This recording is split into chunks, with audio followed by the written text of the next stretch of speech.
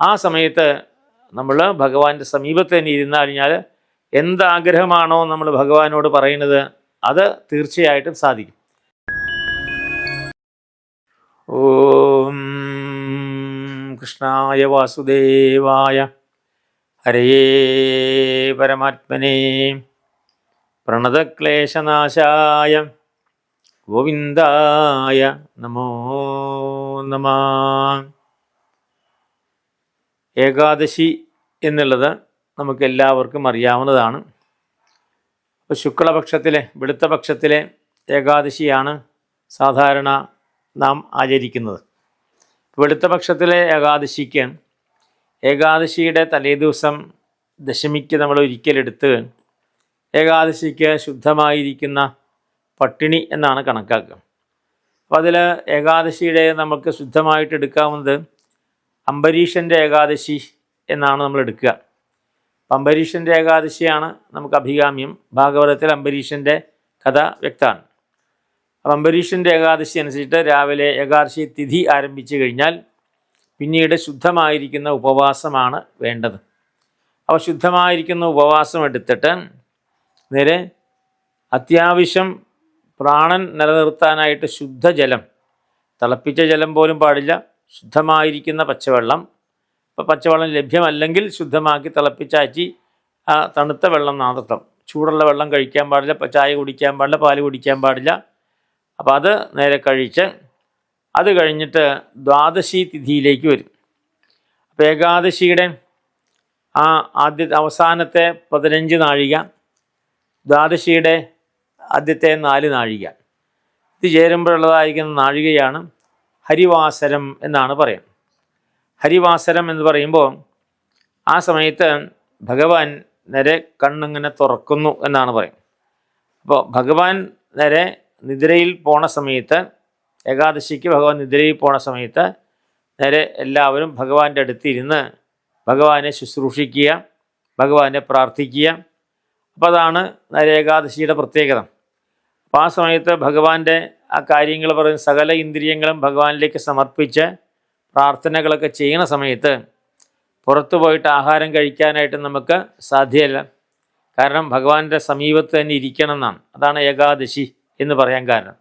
ഏകാദശി എന്ന് പറഞ്ഞാൽ നമ്മുടെ 10 ഇന്ദ്രിയങ്ങളും മനസ്സുമാണ്. കർമ്മേന്ദ്രിയങ്ങൾ 5, ജ്ഞാനേന്ദ്രിയങ്ങൾ 5, പിന്നെ മനസ്സ്. അപ്പം അങ്ങനെ ഏകാദശ ഇന്ദ്രിയങ്ങളും നേരെ ഭഗവാന്റെ അടുത്ത് സമർപ്പിക്കണം എന്നാണ്. അപ്പോൾ ഭഗവാന്റെ അടുത്ത് സമർപ്പിക്കുമ്പോൾ നമുക്ക് അപ്പുറത്ത് പോയിട്ട് ആഹാരം കഴിക്കാൻ നിവൃത്തിയില്ല, നമ്മുടെ കർമ്മേന്ദ്രിയങ്ങൾക്ക് ഇവിടെ നിന്ന് മാറ്റം വരും. അങ്ങനെ ഇരുന്ന് ഏകാദശി സമാപിക്കാറാകണ സമയത്ത് 15 നാഴിക, അവസാനത്തെ 15 നാഴികയും ദ്വാദശിയുടെ ആ 4 നാഴികയും ആരംഭിക്കുമ്പോൾ 4 നാഴികയുണ്ട്, അതും കൂടി ചേർന്നുള്ളതായിരിക്കുന്ന സമയം ഹരിവാസരം എന്ന് പറയും. ഭഗവാൻ നിദ്ര വിട്ടിട്ട് പതുക്കെ വളരെ പതുക്കെയാണ് ഭഗവാൻ എഴുന്നേൽക്കുന്നത്. അപ്പോൾ ആ സമയത്ത് ഭഗവാന്റെ സമീപത്ത് ഭഗവാന്റെ പാദസേവ തന്നെ ചെയ്തുകൊണ്ടിരിക്കണം. അതുകൊണ്ടാണ് ഏകാദശിക്ക് നമ്മൾ ജലം കുടിച്ചാലും ഹരിവാസരത്തിൽ ഒരു ജലം പോലും, ജലപാനം, അശേഷ ജലപാനം പോലും പാടില്ല എന്നാണ്. ഹരിവാസരം മുഴുവൻ തന്നെ ഭഗവാന്റെ അടുത്ത് നിന്ന് നാമം ജപിച്ചുകൊണ്ടേയിരിക്കണം. എഴുന്നേൽക്കാനേ പാടില്ല, നമ്മൾ വെള്ളം കുടിക്കാൻ പോലും പാടില്ല. ആ ഹരിവാസരം എന്ന് പറയുന്നത് ഭഗവാൻ പതുക്കെ ഉണർന്ന് വരുന്ന സമയമാണ്. അപ്പം ആ സമയത്താണ് തൻ്റെ ആ സമീപത്തിരിക്കുന്നതായിരിക്കുന്ന ആളുകളെ ഭഗവാൻ നേരെ നോക്കി കടാക്ഷിക്കും. അപ്പോൾ ആ കടാക്ഷിക്കുമ്പോഴാണ് താൻ നിദ്രയിൽ പോയതായിരിക്കുന്ന സമയം മുഴുവൻ ഈ ഭക്തജനങ്ങൾ തൻ്റെ കൂടെ ഉണ്ടായിരുന്നു, അതുകൊണ്ട് അവരുടെ എല്ലാ അഭീഷ്ടങ്ങളും ഭഗവാൻ സാധിക്കും. അതുകൊണ്ടാണ് ഹരിവാസനമാണ് പ്രധാനം. അപ്പോൾ ഏകാദശിയേക്കാളും പ്രധാനം ഹരിവാസരാണ്. അപ്പോൾ ഏകാദശിക്ക് കഴിഞ്ഞ ഹരിവാസരത്തിൽ ഭഗവാന്റെ സമീപത്ത് നിന്ന് ഭഗവാന്റെ ചിത്രം, ഭഗവാന്റെ ക്ഷേത്രം, അല്ലെങ്കിൽ ഭഗവാന്റേതായിരിക്കുന്ന ആ മണ്ഡപം, പൂജ നമ്മുടെ ഗൃഹത്തിലാണെങ്കിൽ ഗൃഹത്തിൽ, ഹരിവാസരത്തിൽ അവിടെ ഭഗവാന്റെ സമീപത്ത് തന്നെ ഇരിക്കണം. അതാണ് ആ സമയത്ത് നമ്മൾ ഹരിവാസരത്തിൽ ഭഗവാന്റെ സമീപത്ത് ഉണ്ടായിക്കഴിഞ്ഞാൽ ഭഗവാന്റെ സർവ്വ അനുഗ്രഹങ്ങളും നമുക്കുണ്ടാകും. അപ്പോൾ അതുകൊണ്ടാണ് ഏകാദശിയുടെ അവസാനത്തെ നാഴിക വരുമ്പോൾ ദ്വാദശി ആരംഭിക്കുന്നതിനുള്ള 4 നാഴികയും, അപ്പോൾ ആ സമയം കുറച്ച് സമയമുണ്ടല്ലോ, ആ സമയം അപ്പോൾ അതിൻ്റെ നാഴിക എന്ന് പറയുമ്പോൾ ഒരു നാഴിക എന്ന് പറഞ്ഞു കഴിഞ്ഞാൽ ഏതാണ്ട് രണ്ടര നാഴികയാണ് 2 നാഴികയാണ് 1 മണിക്കൂർ. അപ്പോൾ ആ സമയത്ത് അത് കണക്കാക്കിയിട്ട് അത്രയും സമയം ഇരിക്കണം എന്നാണ്. അത്രയും മണിക്കൂറുകൾ നമ്മുടെ മണിക്കൂറായിട്ട് വരും. അപ്പോൾ ഏതാണ്ട് 2 മണിക്കൂറോളം തന്നെ ദ്വാദശിയുടെ ഭാഗവും വരും, ഏകാദശിയുടേതായിരിക്കുന്ന ഭാഗങ്ങളും വരും. അപ്പോൾ ഏകാദശി സമീപിക്കുമ്പോൾ 24 മണിക്കൂറുള്ളതായിരിക്കുന്ന ആ ദിവസത്തിൽ അതിൽ നേരെ ഏതാണ്ട് 16 മണിക്കൂർ കഴിഞ്ഞാൽ ഹരിവാസര സമയമായി. ആ സമയത്ത് നമ്മൾ ഭഗവാന്റെ സമീപത്ത് തന്നെ ഇരുന്ന് കഴിഞ്ഞാൽ എന്താഗ്രഹമാണോ നമ്മൾ ഭഗവാനോട് പറയുന്നത് അത് തീർച്ചയായിട്ടും സാധിക്കും. അതാണ് ഹരിവാസരം എന്ന് അതിന് പറയാൻ കാരണം. അപ്പോൾ അപ്രകാരം ഇത് ഹരിയുടെ ആയിരിക്കുന്ന ആ സമയമാണ്.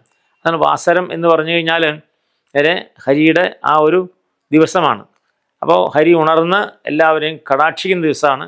അതുകൊണ്ടാണ് ഹരിവാസരത്തിൽ ജലപാനം പോലും ചെയ്യാതെ ഭഗവത് നാമങ്ങൾ നേരെ ചൊല്ലി അപ്പോൾ നമ്മുടെ മനസ്സ് ഭഗവാൻ വായിക്കും. അപ്പം മനസ്സിൽ പ്രാർത്ഥിക്കുന്നത് ഭഗവാൻ കേൾക്കും. നമ്മൾ പറയണമെന്നില്ല, നമ്മുടെ മനസ്സിലെന്താണോ ആഗ്രഹം ഭഗവാൻ കേൾക്കും. അപ്പോൾ ഹരിവാസരത്തിൽ ഉപവസിക്കുന്നവർക്ക്, ഹരിവാസരത്തിൽ ഭഗവാന്റെ ഉപവാസം എന്ന് പറയുമ്പോൾ എന്താണ്? ഉപവസിക്കുക എന്നാണ്.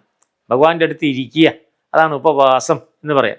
പുറത്തു പോകലില്ല. അപ്പോൾ ഭഗവാനോട് മുട്ടി ഭഗവാന്റെ സമീപത്ത് തന്നെ ഉപവസിക്കുന്നവർക്ക് ഏതാഗ്രഹങ്ങളും, പ്രത്യേകിച്ച് ഹരിവാസര സമയത്ത് ഭഗവാൻ ഉണർന്നു വരേണ്ടതായിരിക്കുന്ന സമയത്താണ് അത് വരിക.